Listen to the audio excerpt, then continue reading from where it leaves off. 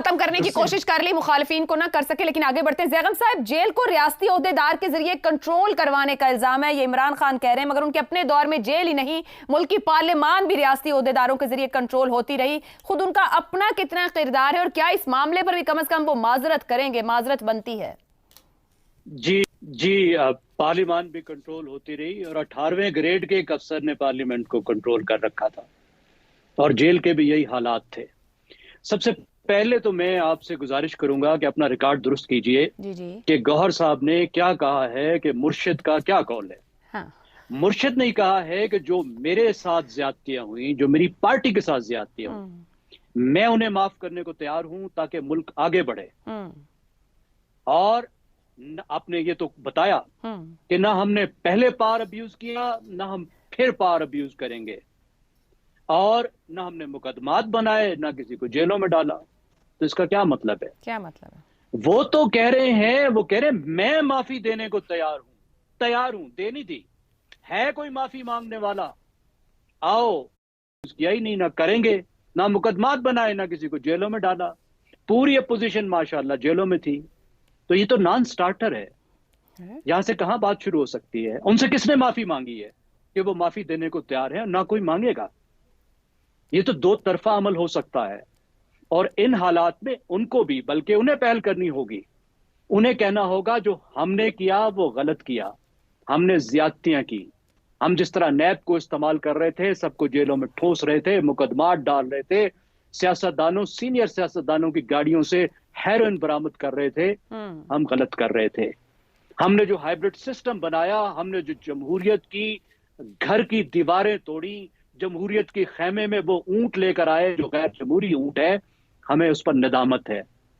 اور اب آپ جو کر رہے ہیں وہ بھی زیادتی کر رہے ہیں. ہمیں بھی احساس ہے, آپ بھی احساس کریں, اور اب مل کر بیٹھیں اور آگے بڑھنے کی تدبیر سوچیں کہ اب ہم کیسے ایک سسٹینیبل ڈیموکریٹک سسٹم لائیں, ایسا جمہوری نظام لائیں جو دوبارہ جلدی نہ گرے, جو آگے کو بڑھے. ملک کو اب کیسے ترقی کے راستے پہ چل کے جائیں, یہ بات تو انہوں نے نہیں کہی. ڈائلاگ تو وہاں سے شروع ہوگا جہاں پہ خود مرشد محترم یہ بات کریں گے کہ ہم سے غلطیاں ہوئی. یہی تو میں کہہ رہی ہوں کہ مرشد کو ادراک ہو گیا ہے کہ غلطیاں ہوئی ہیں, تو کیسے درستی ہو سکتی ہے؟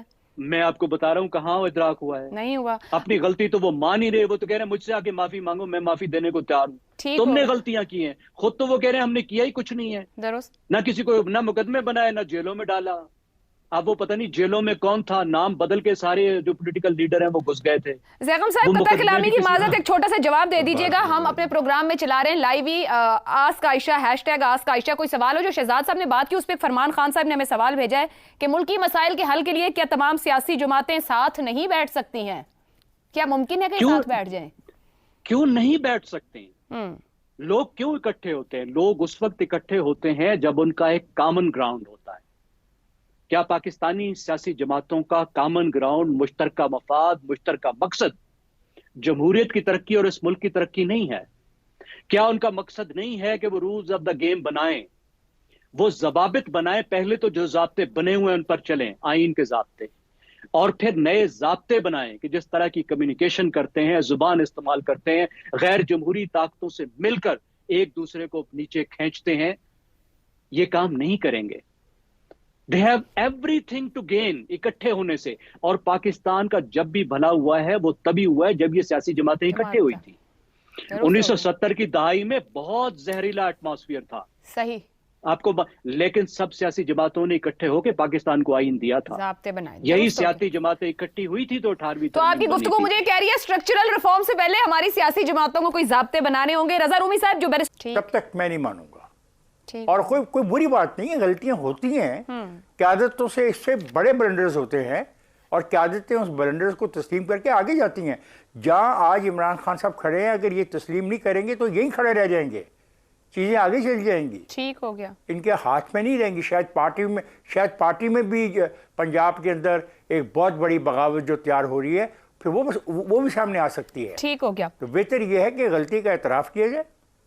درست ہے، بہتر ہے کہ اعتراف کر لیا جائے، لیکن اعتراف کرنا اور تدارک کرنا شہزاد صاحب دونوں اہم باتیں ہیں. لیکن بیرسٹر گوہر کہتے ہیں کہ غلطیوں کا تدارک کیا جائے اور معذرت کی جائے. اب وہ یہ اپنے لیے کہہ رہے ہیں یا دوسرے کے لیے؟ کیونکہ غلطی تو خود اپنی تسلیم کرنی ہوتی ہے، دوسرے نے اپنی غلطی تسلیم کرنی ہوتی ہے. تو آپ کو بیرسٹر گوہر کی گفتگو سے کیا لگ رہا ہے کہ وہ اپنا ہی پوائنٹ آف ویو رکھ رہے ہیں یا پھر عمران خان کا پوائنٹ آف ویو سامنے رکھ رہے ہیں؟ میرا خیال ہے اگر اپنا بھی پوائنٹ آف ویو رکھ رہے ہیں تو بہت بہتر رکھ رہے ہیں. یعنی جو ہو چکا سو ہو چکا، لیکن یہ دیکھنا پڑے گا کہ کیا کیا ہو چکا.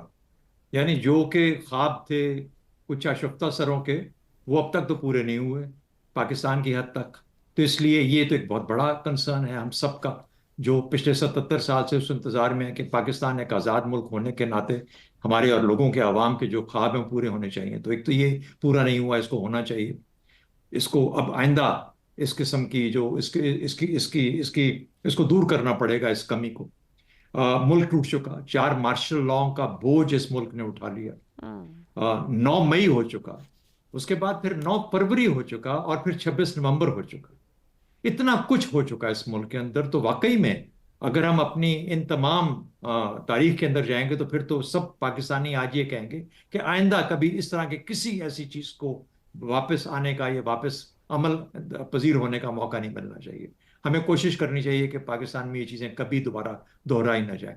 تو اگر اس پوائنٹ آف ویو سے کہہ رہے ہیں تو کسی سیاستدان کو بھی، بلکہ ہر سیاستدان کو یہ کہنا چاہیے. دیکھیے اس وقت پاکستان میں آج کے دن کے اندر 3 قسم کی سیاسی سوچیں ہیں جو ایگزسٹ کرتی ہیں.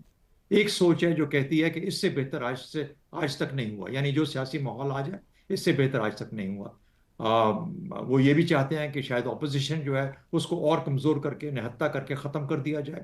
تو یہ تو ایک گروہ کی سوچ ہو گئی. دوسرا گروہ ہے جو کہتا ہے کہ پانسا پلٹ دیا جائے، حکومت ختم ہو جائے، حکومت ان کے حوالے کر دی جائے، بانی پی ٹی آئی باہر آ جائے اور پھر اس سے پھر آگے کا سفر شروع کیا جائے. تو یہ 2 سوچیں ہوں گی. اور تیسری سوچ ہے وہ یہ کہہ رہی ہے کہ ملک آج جس نہج پہ کھڑا ہے، جمہوریت آج جس نہج پہ کھڑی ہے، کیا ہم نے یہ ملک اسی جمہوریت کے لیے بنایا تھا؟ کیا یہی سفر ہے جمہوریت کا؟ یا ہم 1 سے 9 جب ایک گریڈ کرتے ہیں کہ یہ جمہوریت 9 اگر بہت زبردست قسم کی جمہوریت ہو تو اس کو دیں، اور ایک جو بالکل خراب والی، تو ہم کہاں پہ کھڑے ہیں؟ 1 اور 2 کے بیچ میں ہیں یا 2 اور 3 کے بیچ میں ہیں؟ تو کیا اس قسم کی جمہوریت ہمارے عوام کو وہ دے پا رہی ہے؟ یہ جو نظام جسے کبھی ہم ہائیبرڈ کہتے ہیں، کبھی شیپرونٹ کہتے ہیں، کبھی شیڈوز کہتے ہیں، کیا یہ ہمیں قابل قبول ہے؟ یہ سوال اٹھایا جا رہا ہے اور جو اٹھایا جانا چاہیے. عدلیہ جس کے اوپر شب خون مارا گیا، ہماری پارلیمنٹ جس کو کہ کام کرنا چاہیے لیکن وہ کام نہیں کر پا رہی یا کام کر نہیں سک رہے، یہ ایک بہت بڑی کمزوری ہے ہماری جمہوریت کے اندر. تو جمہوریت کو جب دیکھتے ہیں تو جمہوریت کا سفر، اس میں نہ پی ٹی آئی کی مرضی ہے کہ اس کو بانی کو رہا ہونا چاہیے، نہ گورنمنٹ کی یہ مرضی ہے آج کی حکومت کی، سیاسی حکومت کی، کہ مخالفت کو مکمل طور پہ ختم کر دیا جائے.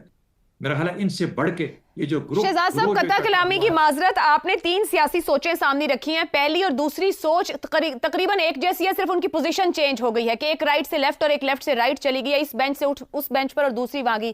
جو نمبر 3 پر ہے وہ اقتدار میں نہیں ہے، وہ جمہوریت یا آئین کی بالادستی کی بات کرتی ہے اور وہ وہیں کھڑی ہے. سوال یہ ہے کہ جو نمبر 1 اور نمبر 2 کی سوچ ہے، کیا وہ نمبر 3 تک کا سفر طے کر سکے گی، وہاں پہنچ پائے گی؟ میرا خیال ہے کہ ان کو کرنا پڑے گا، اس کے سوا چارہ نہیں ہے. اگر جو ملک کا درد رکھتا ہے، جو جمہوریت کا درد رکھتا ہے، دیکھیے نا ہم نے کہاں کہاں غلطیاں کی. پہلے ہم نے کہا نا جو ہو چکا سو ہو چکا. اس ہو چکا کے اندر جو غلطیاں ہیں ان کو دوبارہ ریپیٹ کرنے کی گنجائش نہیں ہے.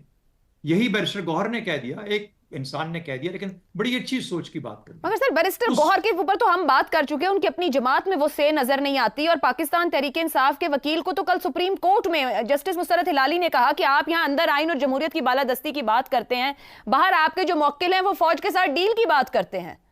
تو عائشہ اس کی وجہ سے اس پارٹی کے یا اس پارٹی کے بانی کو یا اس پارٹی کو ختم کر کے پھانسی تو نہیں لگائی جاتی. بالکل بھی نہیں، لیکن ہم وہی بات کر رہے ہیں نا کہ کیا غلطیاں ایکسیپٹ کر لی گئی کہ ہم غلط کر گئے، کیسے ٹھیک کریں؟ ایک سیاسی سوچ ہے نا، تو اس کے اپنے ایک چیئرمین جو ہے اس نے ذکر کیا نا اس کا، میں نے تو ذکر بھی نہیں کیا اس چیز کا. جی میرا خیال ہے کہ کم از کم اس ذکر کی حد تک تو پذیرائی کرنی چاہیے، درست، اسے سفر آگے کو شروع کرنا چاہیے. تو اگر اس قسم کی سوچ ہے اور وہ بیٹھے ہیں ان لوگوں کے ساتھ بیٹھے ہیں جو کہ آج یہ فیصلہ کر رہے ہیں کہ جمہوریت کو کس طریقے سے واپس اپنی صحیح صورت، صحیح اسپرٹ میں لایا جائے. ٹھیک ہو گیا، تو میرا خیال ہے کہ یہ بہت بڑی بات اچھی ہے جو بیرسٹر وہ لوگ جو ساتھ بیٹھے ہیں وہ اتنے قابل ہیں اور اتنا تجربہ رکھتے ہیں اس چیز کا، اور اتنے جمہوریت پسند ہیں کہ وہ ان سب لوگوں کو ساتھ لینے کے بلکہ وہ یہ سوچا جا رہا ہے جب وہ آپس میں کسی فیصلے پہ پہنچ جائیں یا ایگریمنٹ پہ پہنچ جائیں تو پھر یہ جو ساتھ والا جو ایک حصہ رہ جائے گا جو اس کو بھی شامل کر لیا وہ جائے. بھی کسی وقت ساتھ شامل کرنا پڑے ٹھیک گا. ہو گیا. تو میرا خیال ہے بہت اچھی سوچ ہے,